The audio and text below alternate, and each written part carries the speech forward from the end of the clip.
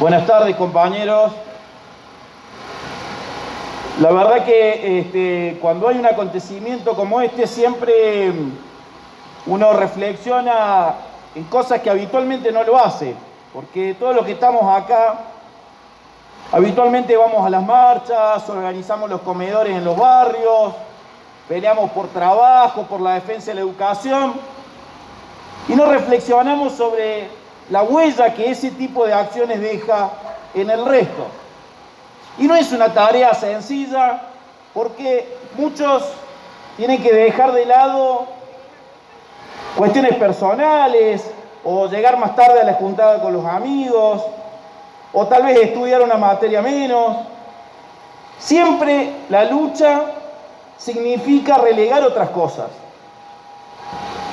Y en este punto no quiero dejar de mencionar, y al principio, a la compañera de Luján, Elena, que falleció defendiendo, y la palabra correcta es defendiendo, un comedor popular frente al hambre que recorre los barrios no de nuestra provincia, no de Luján, sino de todo el país. La compañera Elena Rodríguez, Elsa Rodríguez, igual que la compañera de Buenos Aires, perdón, Elsa se contagió de COVID claramente en un comedor nuestro de Luján, porque ella garantizaba la asistencia alimentaria de cientos de familias. Y esta es la tarea que hacen todos los compañeros del Polo Obrero, del Partido Obrero, en los barrios más humildes. Y esa tarea la tenemos que reivindicar, porque cuando hacemos un acto como este, en homenaje a un compañero caído, estamos homenajeando a todos los compañeros caídos en la lucha. Así que les pido un fuerte aplauso para todos los compañeros y en particular para Elsa.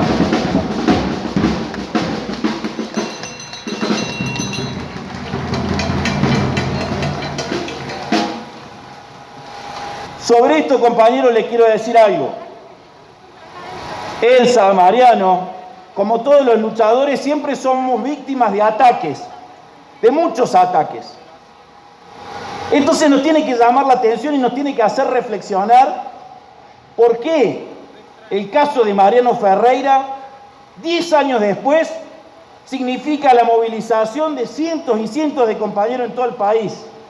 Significa que un presidente como Alberto Fernández, que acaba de cerrar con los bonistas y que va a cerrar con el FMI, que no ha alargado un solo peso para la asistencia de los barrios, de las jóvenes, de los trabajadores, y que tiene acuerdo con la burocracia sindical, tenga que hacer mención a Mariano Ferreira.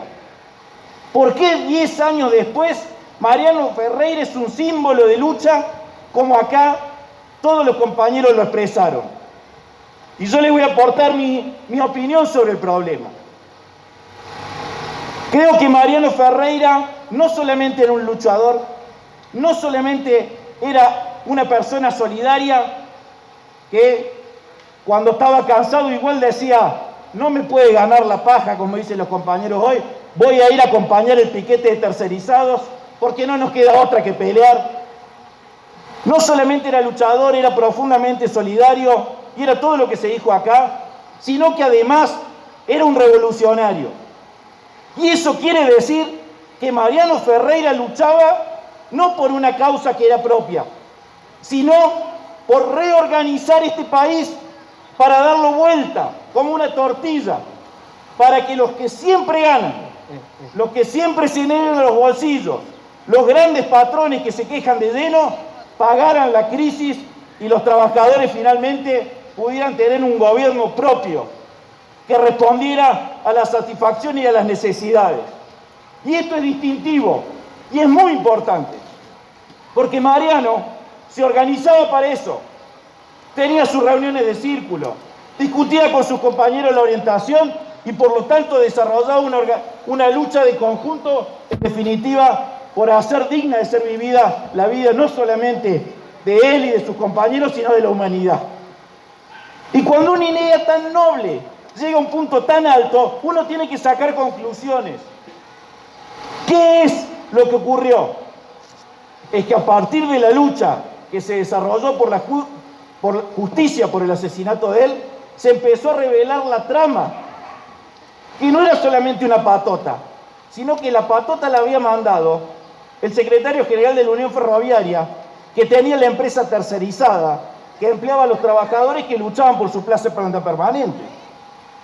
Y no era solamente la burocracia sindical, sino que además el ministro de Trabajo, Tomada, que es parte de la gente que gobierna hoy, hablaba todos los días para decirle, bueno, hay que tratar de organizar la cosa.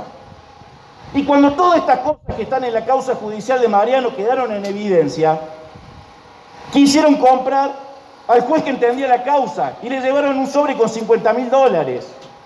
Entonces, ¿qué tenemos? Tenemos que el gobierno, la burocracia sindical y la justicia actuaban ¿contra qué? Contra los tercerizados, contra los trabajadores que reclamaban derechos.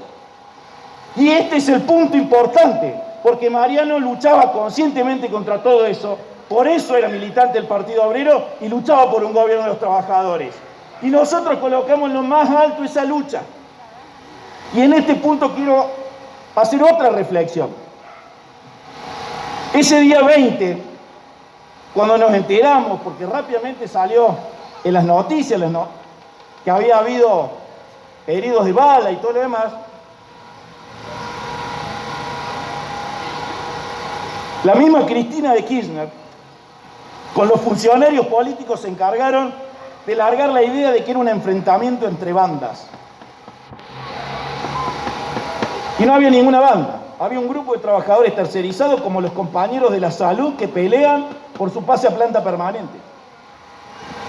Como los cientos de compañeros del Polo Obrero que no son desocupados. Menos, las compañeras menos todavía. Son recontra ocupados. Lo que pasa es que no tienen un sueldo fijo todos los meses. Pero todos laburan. Changuean en las cosechas, en la construcción. Y pelean, ¿por qué? Porque se les reconozcan sus derechos laborales y por eso decimos trabajo digno. Esas no son patotas, esos son trabajadores reclamando sus derechos. Bueno, Cristina con todo el gobierno quería hacer aparecer que la patota que defendía el negocio de la tercerización se había enfrentado con otro grupo. Y eso se cayó rápido. Y hubo compañeros que nos decían que había que tener, disculpen la expresión, que había que tener huevos, que teníamos que ir al local de la Unión Ferroviaria a reventarlo a pedrada.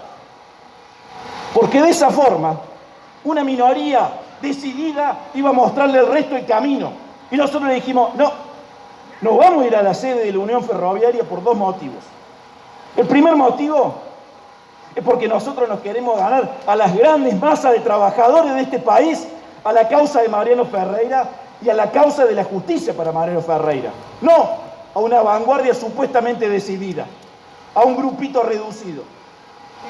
Y de esa forma le dijimos, no vamos a ir a la Unión Ferroviaria porque es el sindicato de los ferroviarios, usurpado por una burocracia, como pasa con la inmensa mayoría de los sindicatos, y que frena la organización y la lucha de los trabajadores. Y por el contrario, ¿qué dijimos? Que había que largar el paro nacional y marchar a las plazas del poder político. Y ahí empezó a transformarse en un ícono de la juventud militante, de la juventud de lucha, Mariano Ferreira, porque sensibilizó a la inmensa mayoría de los trabajadores precarizados de nuestro país y obligó al gobierno a retroceder en sus maniobras. Y así como impusimos eso, impusimos que por primera vez en la historia de nuestro país se juzgara a los responsables intelectuales. Nunca jamás en nuestro país se había juzgado al responsable intelectual de un crimen contra los trabajadores, contra los sectores populares o en lucha. Víctor Choque, Teresa Rodríguez, Darío y Maxi, Bru, Bulacio, inmensidad de cantidad de muertos en democracia bajo las balas de las fuerzas de represión y de las patotas. La primera vez. Y si eso no es un triunfo, eso fue un gran triunfo. Pero le quiero decir una cosita más para ir cerrando el acto. A Mariano lo asesinaron hace 10 años y ocurrió todo lo que se dijo en este escenario. Pero hace algunos años se recuperó el sindicato de trabajadores docentes, que acá hablaron los compañeros Pablo y Gabriela.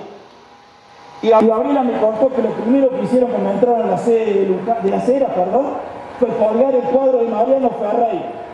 lo quisieron matar para callarlo y lo transformaron en miles de voces de lucha en todo el país.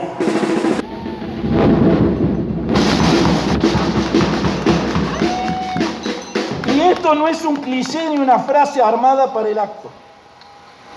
Cuando la compañera Gisela, que yo le digo Titi, dijo acá que era el reflejo de la lucha de la juventud, les quiero decir que los trabajadores de las aplicaciones, los de Rappi, los de Uber, no solamente organizaron la lucha en el país, sino que organizaron una coordinación internacional para luchar contra la precarización del trabajo de las aplicaciones. Que son miles y miles los compañeros del Polo que luchan contra el hambre y por trabajo genuino y no van a doblegarse hasta que no consigamos acabar con el hambre y el trabajo genuino. Entonces lo asesinaron, pero lo transformaron en miles de voces. Y nosotros nos tenemos que ir de este acto con una convicción, compañeros. El presidente hoy se ve obligado a saludar a un familiar de Mariano. Pero las familias son un concepto bastante raro. Yo me siento más familiar de todos ustedes que muchas veces de algunos de mis familiares de sangre. Porque nos hermana la acción de que estamos peleando juntos por un objetivo que es superior. Y eso me parece más familia que otras cosas. Es mi humilde opinión. Cada uno con eso, lógicamente, lo puede tomar o dejarlo pasar. Pero eso nos hermana Mariano Ferreira a mi criterio. Y en esta hermandad hay algunos que utilizan el nombre para ser funcionarios y quedarse atrincherados, cobrando dietas de 150.000, 250.000 pesos. Y eso no era Mariano Ferreira, era lo contrario. Muchos se quiebran. Y en nombre de que se quebraron porque dejaron de creer en la lucha de la clase obrera, levantan el dedito moral diciendo que es revolucionario y que no. Y yo defiendo a los revolucionarios como Mariano Ferreira y como Elsa de Luján, que está donde hay que estar, en la cancha con las patas en el barro. Hasta la victoria, Mariano Ferreira. La victoria final será el gobierno de los trabajadores y finalmente la reivindicación histórica definitiva de la lucha de Mariano y todos los revolucionarios que llevan adelante la pelea que él encarnó y por la cual entregó la vida. Muchas gracias.